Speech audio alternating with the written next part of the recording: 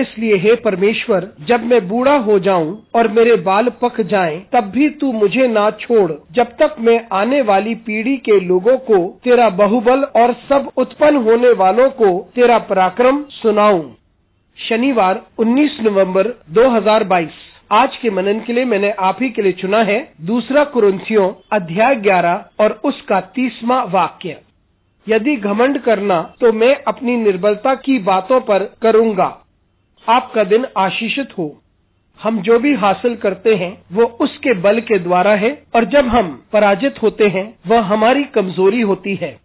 आइए इस वाक्य पर मनन करते हैं। आज की सुबह का विषय है हमारी कमजोरी। यहाँ पौलुस बात करता है उन सारी बातों के बारे में जो वे है और जो वे पहले था, और परमेश्वर ने उसे अब क्या बनाया है, और अब वे अपनी कमजोरियों के बारे में बात करता है, और वे बात करता है अपने आप पर घमंड करने के बारे में। यह स्वाभाविक है कि जब कोई व्यक्ति घमंड करता है तो वे अपनी ताकत के बारे में घमंड करता है, वे अपनी कुशलता पे घमंड करता है, और उसने क्या हासिल किया है उस पर वे घमंड करता है, और जो कुछ उसने किया है। लेकिन यहाँ पर पौलुस जो परमेश्वर का दास है, वे घमंड के बारे में बात करता है, और यदि वे उसके बारे में है तो वे उसकी कमजोरी के बारे में होना चाहिए। और यदि वे अपनी ताकत, अपनी कुशलता या जो उसने हासिल किया है उस पर उसे घमंड करना है, तो वे इस बात पर घमंड करता है कि वह परमेश्वर का है और सिर्फ परमेश्वर का ही। मित्रों, यह जानना जरूरी है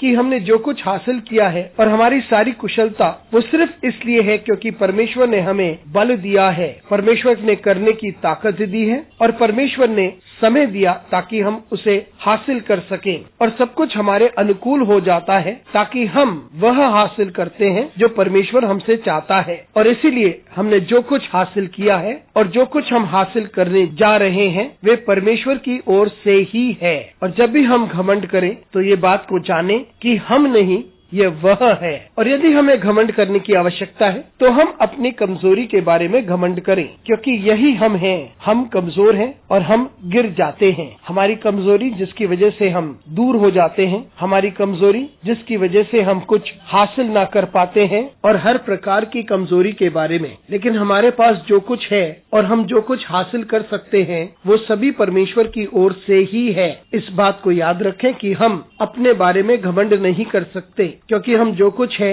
और हमारे पास जो कुछ है और हम जो कुछ हासिल कर सकते हैं वो सिर्फ इसलिए है क्योंकि वे सब ऊपर से आता है। वो हमारे परमेश्वर की ओर से है जो हमसे प्रेम करता है, वो हमारी चिंता करता है और हमें इस्तेमाल भी करता है, और जिसने हमें परिवर्तित किया है। तो इसलिए यदि हमें घमंड करने की आवश्यकता है तो हम अपनी कमजोरी पर घमंड करें, और यदि हमें अपनी ताकत पर घमंड करना चाहिए तो हम अपने प्रभु पर घमंड करें जो हमें बल देता है। अनुग्रहकारी परमेश्वर स्वर्गीय पिता, तुझे धन्यवाद देते हैं, तेरी स्तुति करते हैं, तेरा आदर करते हैं और तेरी महिमा करते हैं। हमारी सहायता कर परमेश्वर ताकि हम इस बात को समझ सकें कि तू हमारा बल है। यीशु मसीह के नाम से मांगते हैं, आमीन।